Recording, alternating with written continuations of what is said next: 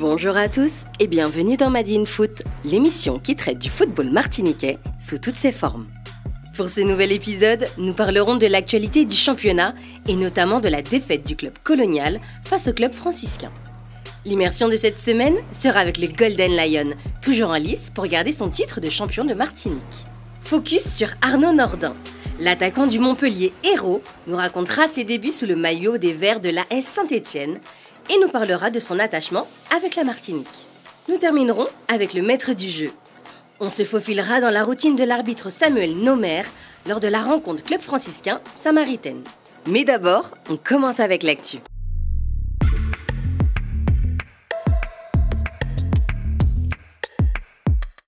Bonsoir à tous et ravi de vous accueillir dans cette nouvelle rubrique Actu. Ce soir, j'ai le plaisir d'accueillir Aymeric Larcher. Comment ça va? Ça va très bien et toi-même, Axel? Très bien, très bien. Alias Monsieur Scoop, tu sais déjà. Oui. Qu'est-ce que tu as pour nous en exclusivité? Là, je vais te parler du football féminin, vu que j'étais avec eux cette semaine, la semaine dernière. J'ai un petit scoop, oui, c'est la jeune Eden Dencuve du RC Saint-Joseph qui a 15 ans, qui après le tournoi CONCACAF en République dominicaine avec la sélection U20, partira directement à Montpellier. Où elle va faire 2 semaines, donc une semaine d'acclimatation et une semaine d'essai au club de Montpellier. Très bonne nouvelle. Et tu as notamment relayé aussi la retraite internationale de Johnny Marajo. T'en penses quoi? Je suis assez déçu parce que, pour être honnête, il était dans les plans de Marc Colla. On l'a vu, en Guyane, il était sélectionné, quoi. Il pouvait partir. Bon, après, avec des raisons professionnelles et peut-être même personnelles, il n'a pas pu y aller en Guyane. Donc là, on apprend qu'il ne pourra plus être sélectionnable. Bon, moi, je suis assez déçu. Maintenant, reste à savoir qu'en pensent les autres, quoi. C'est ça. Dominique Parola, comment ça va? Bien, merci. Bonsoir Aymeric, bonsoir Axel. Ça va, merci. Entraîneur de la CVA Pré depuis 2 ans et demi. On va dire ça, à partir de mars 2020. D'accord. Dominique, après avoir bien observé la CVA Pré, j'ai l'impression que vous avez commencé votre championnat, mais vraiment après tout le monde. Comment s'est passée cette préparation pour votre retour en élite 10 ans après? Préparation compliquée, on va dire, parce que nous sommes l'une des équipes. On a terminé notre partie barrage le 28 juin et ça reprenait directement le 8 août. Alors, les joueurs n'ont pas vraiment eu de vacances, c'est compliqué. Et après, l'échelon, la R1, nos joueurs ne connaissaient pas la R1, nos jeunes, c'est notre niveau. Alors, il fallait revoir tous nos plans pour préparer les jeunes à ça, mais bon, ça va petit à petit. Vous êtes 7e de la poule basse, vous êtes serein concernant le maintien? Oui, nous sommes confiants, on travaille pour. Au fil des matchs, on sent que ça va de mieux en mieux, mais il nous manque un peu plus d'efficacité, on va dire. Très bien. Messieurs, le feuilleton de la poule haute bat son plein. Il est riche en rebondissements. Le club franciscain s'est imposé 1-0 face au club colonial dans le temps additionnel grâce à Kylian Poloma. Dominique, a-t-on assisté à un tournant de la saison? Je vais dire non. Ces équipes vont se rencontrer à nouveau. Alors, je pense que même le club colonial a toutes ses cartes à jouer. Ça a eu de faire le nécessaire pour la suite. Aymeric, le club colonial, est-ce qu'ils ont perdu gros? Est-ce qu'ils ont perdu le titre? Non, moi je suis de l'avis de Dominique. Je ne pense pas qu'ils ont perdu de titre. Il reste 5 matchs à jouer. Il y a beaucoup de points à prendre. C'était un match décisif, effectivement, contre le club franciscain. Bon, ça arrive de perdre. Aymeric, quand on voit cette semaine très particulière avec le club franciscain, ils ont lancé quand même un gros signal. Le club franciscain a les caractéristiques pour être champion de Martinique. Ça, on ne peut pas dire le contraire.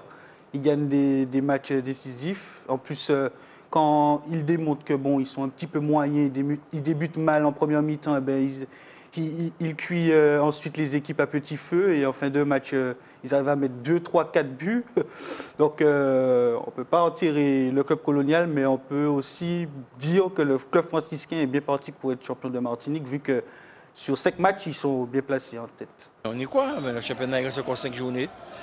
C'est de la même manière que le club franciscain peut venir nous gagner ici. On peut monter leur battre au François. Maintenant, vous savez, ça se joue à des détails. On poursuit cette rubrique avec le Golden Lion qui s'est hissé à la 2e place de la poule haute. Ils se sont imposés face à la Samaritaine 3-1. Aymeric, les Joséphains sont-ils les principaux adversaires du club franciscain? Moi, je pense que oui, ils font partie des adversaires qui peuvent vraiment titiller le club franciscain. Donc, comme on l'a dit, il y a le club colonial, mais il y a aussi le Golden Lion, parce qu'ils ont un jeu attrayant. Ils arrivent à bien faire circuler le ballon. Et puis, généralement, ils arrivent à marquer des buts. Et en plus, on a l'arrivée de Kevin Parsemin, qui revient en tout cas de blessure. C'est ça. Donc, ça promet. Hein. Dominique, avec le retour de Kevin Parsemin, les cartes sont-elles redistribuées? Je dis que oui, tout le monde connaît Kevin Parsemin, on connaît son niveau. Je pense qu'il a vraiment envie de démontrer toutes ses qualités et son envie de bien faire et pour apporter le mieux pour le Golden Lion. Oui. Messieurs, ils sont à 2 points du club franciscain. On peut dire que le match retour en Golden Lion Club franciscain sera le match décisif? Je dis que non, je pense toujours à un retour. On dit que si le Golden Lion gagne le club franciscain, vice-versa, le club colonial peut faire un bon résultat. Le quota de points peut se resserrer. Je dis que non. J'ai la chance de récupérer des joueurs. On l'a vu aujourd'hui avec j'ai Mathias Coureur qui se blesse à demi-heure. Je fais rentrer Kevin Parsemin pour sa reprise. Il nous marque derrière un but. Il va rester 5 matchs. Il faut tout gagner pour avoir une chance d'avoir le titre.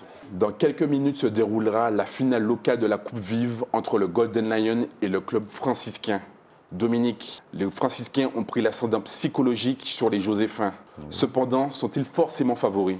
Non. On va dire que le Golden Lion, je pense, a charge de revanche pour se rattraper. Parce que juste à l'heure d'aujourd'hui, ils n'ont aucun titre de gagner. Ouais. Parce que ces équipes-là sont bâties pour gagner des titres.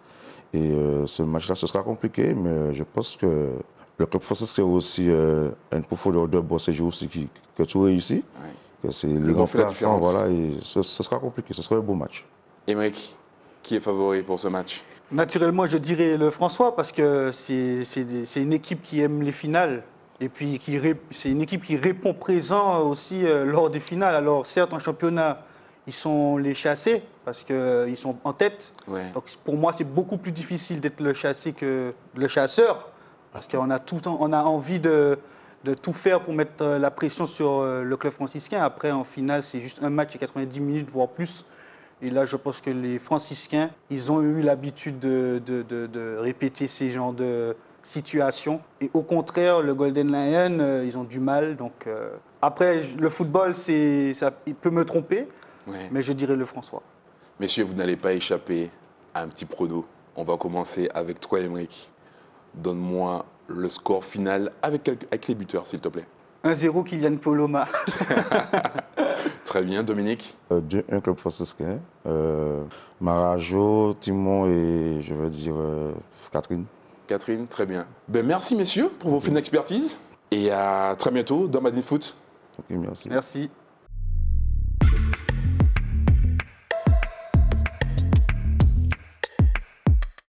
On a Zita TV avec nous ce soir. C'est bien ça. Ça va bien? On a l'Assemblée générale du club ce soir. Bonsoir plutôt. Ça va? Eh bang bang bang. Le plus vieux est sur le terrain en premier. J'ai contrôlé pour te montrer que c'était pas bon. Je suis obligé de prendre pas de recul. Là, je peux utiliser mon ballon tout de suite. Donc,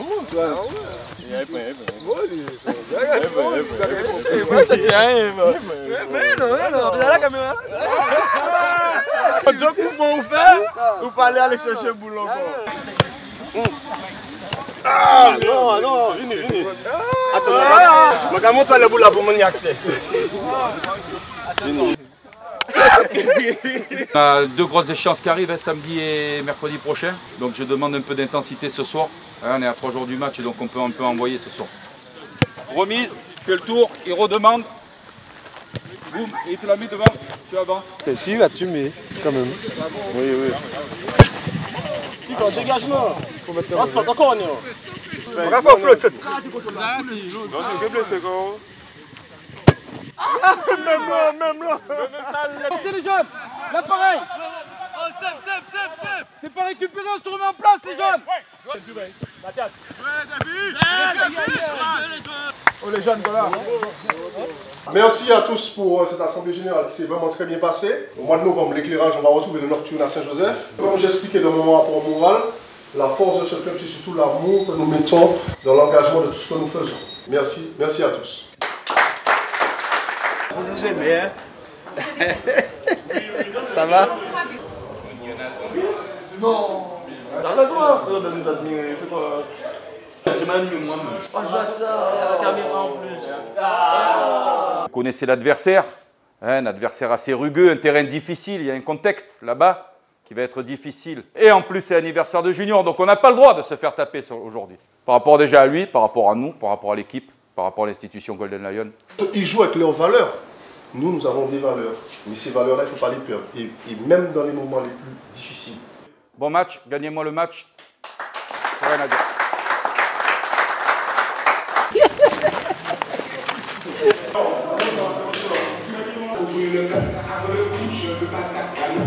Sois mis dedans, de l'échauffement.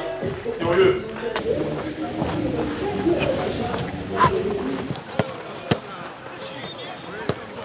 Bien joué les Bleus.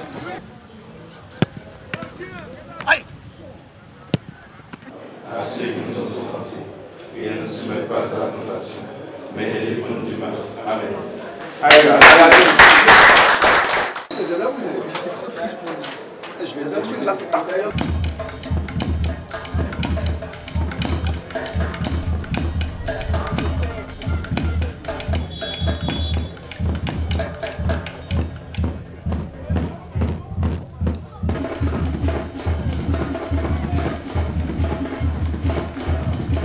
Charlot, sortez!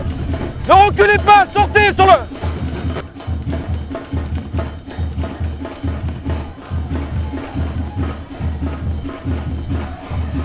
Ouais!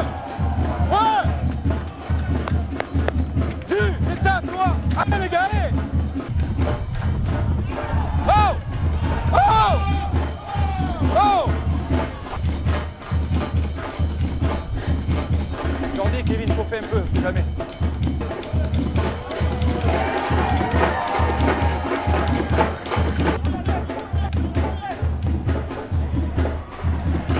C'est ça les gars! C'est ça!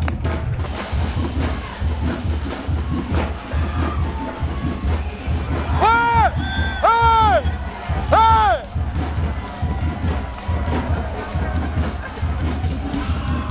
Yeah!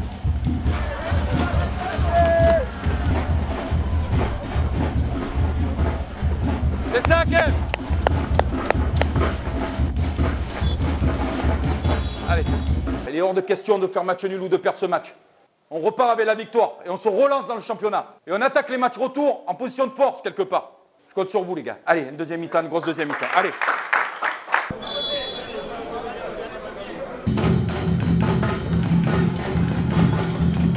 Tu vois, on fait trop de fautes.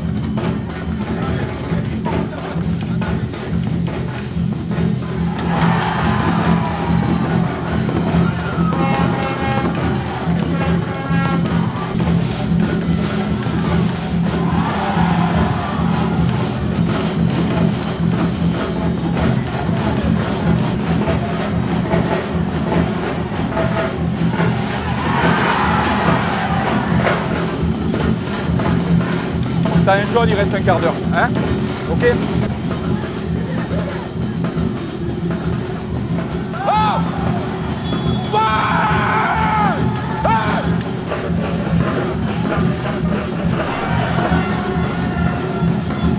Hey!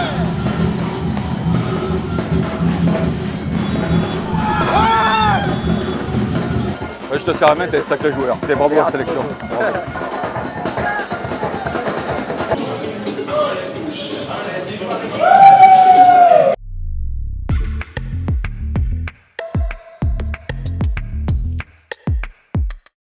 Arnaud Nordin, comment ça va? Ça va bien et vous? Ouais, super, super. Tu es l'un des joueurs les plus rapides de Ligue 1. Tu entames ta 3e saison pleine au sein de ton nouveau club, Montpellier. Peux-tu te présenter aux téléspectateurs de Madin Foot? Donc, salut tout le monde. Moi, c'est Arnaud Nordin. J'ai 24 ans et je joue actuellement au Montpellier Hérault. Arnaud, tu as signé professionnel en 2016 avec l'AS Saint-Étienne. Tu as joué près de 148 matchs. Que retiens-tu de cette première expérience avec ton club formateur? Ah, c'était une expérience inoubliable. Comme je dis souvent, quand on est petit, on rêve d'être joueur professionnel. Donc, c'est vrai que de pouvoir commencer à l'AS Saint-Étienne, qui est un club mythique du football français, c'est encore magnifique et j'en suis vraiment ravi d'avoir pu commencer le football à Saint-Étienne. Il y a ce moment marquant avec ton club formateur, on va revenir là-dessus, cette relégation, la saison dernière. Est-ce que tu y penses toujours? Oui. Est-ce une grosse cicatrice? Bien sûr que c'est une blessure pour un footballeur. Il faut toujours se relever une fois qu'on est tombé. Voilà, j'essaye de passer à autre chose, mais ça ne m'empêche pas de toujours regarder les résultats du club et de toujours les soutenir. Et puis j'espère qu'ils vont remonter très vite en tout cas. Aujourd'hui, tu effectues ta première saison au sein du club de Montpellier. Vous avez commencé très très mal, vous étiez en crise ces derniers mois. Est-ce que tu as pensé à la relégation pour une deuxième année consécutive? Forcément, quand on enchaîne les défaites et quand on est dans une spirale négative, on y pense. Maintenant, voilà, on sait qu'on a de la qualité au sein du groupe et on savait qu'il nous fallait ce petit déclic pour pouvoir remonter au classement. Tu t'es dit que tu étais le chat noir? Tu arrives, encore une crise? Non, non, pas le chat noir. En plus, en rigolant, on est trois de Saint-Étienne avec Falaï Sako et Wabi Kazri. On en a parlé, mais avec la rigolade, mais non. Du côté personnel, tu as effectué un très bon début de championnat. Tu as marqué 3 buts en 6 matchs. Ensuite, tu as vécu un énorme creux de 5 mois. Qu'as-tu ressenti durant cette période? C'était quand même compliqué pour un attaquant. On sait que voilà, le football, il faut vraiment rester focus, même dans les moments un peu plus compliqués. Et justement, c'est là où on a une famille, on a des coéquipiers avec qui on peut s'entraider. Et puis au bout d'un moment, ça va tourner, on va retrouver de la confiance. Et puis voilà, on va remarquer des buts et on va être décisif, on va gagner des matchs. Cependant, tu bats ton record de buts, avec 6 buts pour l'instant. Oui, cependant, oui, je bats mon record de buts. Je suis très content et j'espère que ça appellera encore plein d'autres buts. D'accord. Arnaud, tous tes entraîneurs relèvent un énorme potentiel qui n'est pas totalement exploité. Selon toi, d'où viendrait ce déclic? Est-ce que Michel Darzacarian, qui vient d'arriver, pourrait être ce déclic? Oui, bien sûr, c'est quelqu'un qui me donne énormément de confiance. Et c'est vrai qu'il m'a fait comprendre aussi certaines choses. Le fait que voilà, j'ai plus 18 ans aussi fait qu'on se rend compte de certaines choses dans le football. Donc c'est vrai qu'à 24 ans, je pense que c'est aussi un tournant de ce début de carrière parce que je reste quand même à 24 ans un jeune joueur. D'accord. Arnaud, tu es d'origine martiniquaise. Quel est ce lien que tu as avec notre île? Alors, donc moi, ma mère et mon beau-père sont nés en Martinique. Ils sont originaires du Marigot. D'accord. Donc, c'est vrai que quand j'étais petit, j'y allais vraiment souvent et je passais beaucoup de temps parce que je restais en général 2 mois. Donc, ça fait quand même pas mal. Et après, c'est vrai qu'au fur et à mesure, quand le foot est devenu entre guillemets un peu plus sérieux, c'était un peu plus compliqué pour y aller. La dernière fois que tu as posé tes valises en Martinique, c'était il y a combien de temps? C'était maintenant il y a 10 ans. Mais c'est vrai que j'avais quand même pour projet cet été de repartir 10-15 jours. Parce que voilà, j'ai encore de la famille là-bas, j'ai des oncles, j'ai des tantes. Donc ça peut me faire, et ça va me faire, j'en suis sûr, énormément de bien de pouvoir retourner en Martinique. Et concernant la Martinique et sa sélection de football, est-ce que tu as suivi le dernier match face au Costa Rica et ce superbe but de Michael Biron? Bien sûr, j'ai suivi. Déjà, entre guillemets, comment on ne pouvait pas voir ce but parce qu'il était sur les réseaux sociaux, il a tourné en boucle. Il a fait le buzz, effectivement. Il a fait le buzz. J'ai pu suivre un peu Biron parce qu'en fait, il a joué à Nancy et où j'ai joué aussi. On n'a pas joué en même temps. Et puis, je connais encore un ou deux autres joueurs. Et puis, oui, c'est sûr que la sélection de la Martinique, je la suis. J'ai souvent le sélectionneur au téléphone. On reviendra un peu plus tard, justement, avec ces discussions que tu as avec le sélectionneur.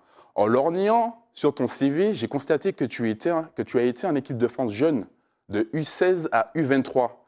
Tu as également participé au JO 2021. Oui. Est-ce que les matchs internationaux aujourd'hui, est-ce que ça te manque? Forcément, ça manque de pouvoir représenter son pays ou son île. C'est sûr que jouer en sélection, ça fait toujours plaisir et ça donne, on va dire, une petite sensation en plus que le club. C'est normal. Est-ce que tu me vois venir là, avec mes gros sabots? Est-ce que tu sais pourquoi je t'ai posé cette question-là? Bien sûr. La sélection de Martinique a de belles échéances prochainement. La Gold Cup, la Ligue des Nations CONCACAF. mais aussi la phase de qualification pour la prochaine Copa América. Est-ce que ce sont des événements qui pourraient t'intéresser? C'est des événements qui forcément me touchent en tant que joueur et en tant que Martiniquais. Après, voilà, c'est vrai que comme je l'ai déjà dit, j'ai besoin d'y réfléchir avec mes parents, avec mon entourage, mes agents. Personnellement, c'est vrai que pour l'instant, je me sens pas encore prêt parce que voilà, le club demande énormément de temps, de concentration. Enfin, surtout qu'on était dans une période un peu compliquée. Donc, c'est vrai que pour l'instant, en tout cas, je me sens pas encore prêt et on verra, je pense, à l'avenir. Comme tu me le disais précédemment, tu as des discussions avec le sélectionneur Marc Colla. Comment ça se passe? Est-ce qu'il est convaincant? Est-ce que tu y réfléchis quand même? Bien sûr, enfin, comme je suis martiniquais, je suis fier d'être martiniquais. Donc, forcément, c'est quelque chose qui pèse dans la balance et le coach joue avec ça aussi.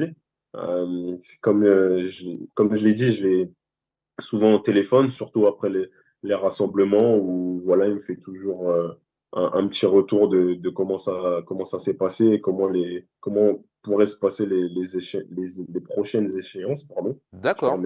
Tu l'as eu après le match face au Costa Rica? Oui. D'accord. Très bien.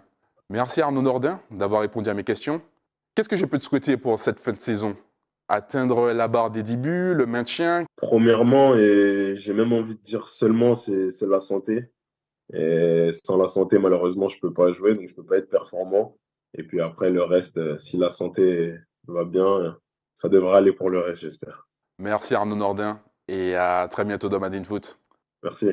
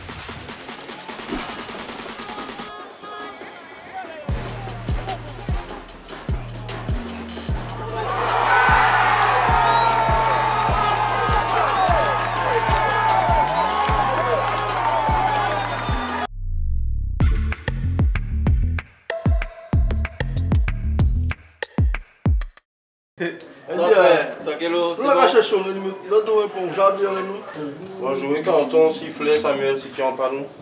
Non, pas de là. Sérieux? Ouais. Bon, après, vous allez changer, c'est pas grave. Let's go.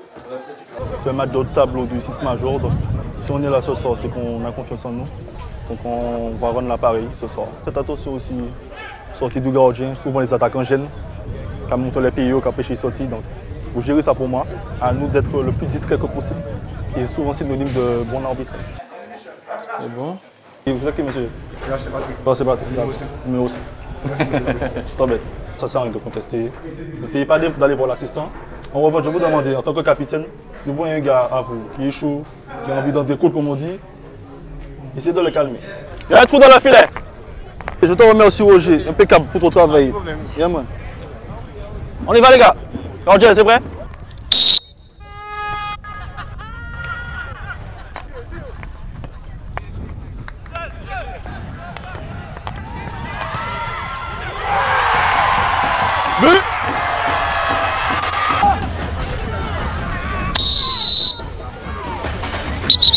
Capitaine, je ne veux plus voir ce genre de faute là. C'est pas jouer, merci de retour. Ça ne sert à rien de faire ça là. Non. Monsieur Zahir, je ne mets pas les mains. Monsieur Zahir, Monsieur Zahir. Mais oui, c'est pas bon.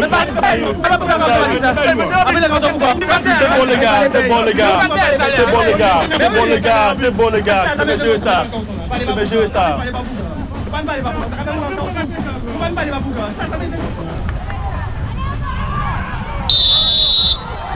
On envoie ça, monsieur Békou. On recule joueur. Comment vous ici par bouton? Laisse-moi gérer. Ah oui, mais nous pas jouer.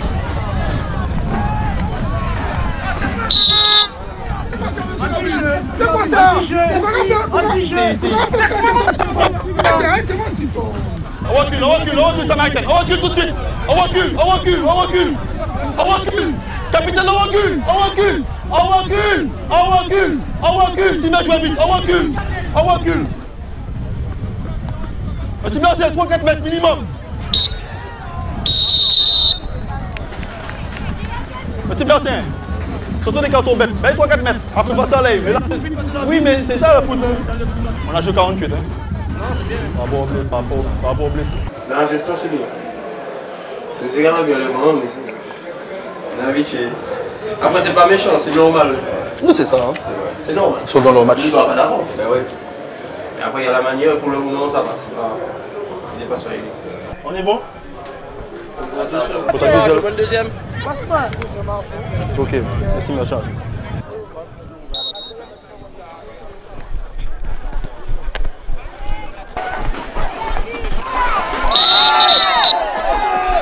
Ah non, monsieur Michel, fais mon pied. Mais non, c'est mon pied déjà. C'est mon pied, c'est pas vrai. C'est mon pied.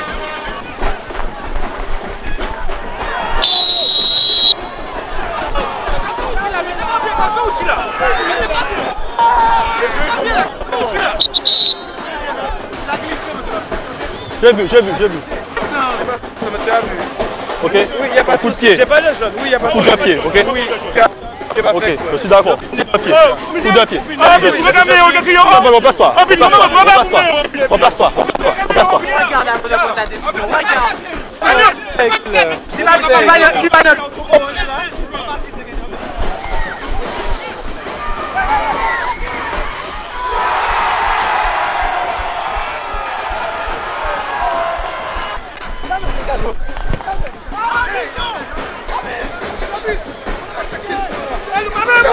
J'ai vu. C'est contré. Ah, coup de descendant. Là c'est penalty. Hey, là c'est penalty. Ok, j'aime bon les gars. C'est bon. Laisse-moi gérer ça, ok? Un petit pas. C'est bon. Pause. Les gars, la dernière. Un pas, non. Je peux pas te dessus la ligne. Un pas derrière la ligne encore. Messieurs, c'est bon. Un pas encore.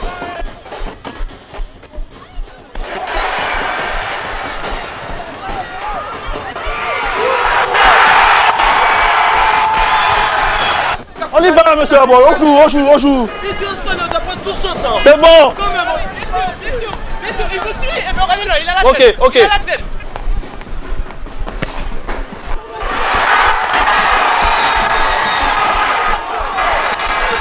On y va, monsieur. On y va, monsieur. Hop. C'est bon, monsieur Abol. Mène-toi un. Mais tu perds du temps, monsieur Abol. Regarde, mais qui mène? C'est toi? Écoute-moi, quand il mène à 0, c'est la même chose. Tu t'es calmé, tu as joué.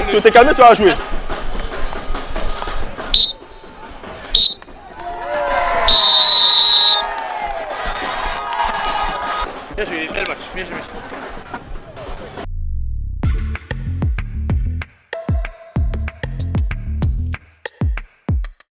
On se dirige au hall des sports de Saint-Joseph, où s'est déroulé le choc de cette dernière journée de championnat de futsal entre le Lac 212 et le Cosmos. Les Joséphins s'imposent 5-3, mais devront néanmoins lutter en barrage afin de rejoindre les playoffs. C'est frustrant qu'on termine 4e, mais bon, je pense qu'aujourd'hui, l'essentiel c'était quand même de gagner, de rencontrer une très bonne équipe pour qu'on puisse voir si le travail a abouti à l'entraînement. Voilà, on a une avancée. Je suis très content parce qu'on a montré qu'on a du caractère et gagné cette victoire pour notre public. Les féminines du club franciscain terminent en tête de cette première partie de championnat. Après avoir battu le RC Saint-Joseph 3-2 au terme d'un match riche en rebondissements. Cette année, on a mis en place, on va dire, un coaching mental et aussi une grosse cohésion. Du coup, c'est ça qui a marché, je pense. On est première du classement. Du coup, là, on continue sur la même lancée, j'ai envie de dire. On arrive sur l'échiquier du football féminin. Je rends déjà hommage au club franciscain dans le temps qui effectivement avait une équipe et puis qui a disparu. Peut-être que certains ne nous attendaient pas là, parce qu'on est quand même première du championnat. Favoris, non. Les favoris, c'est les RC Rivière Pilote. On termine cet épisode avec le fameux cri de guerre des franciscaines. Action, bien sûr.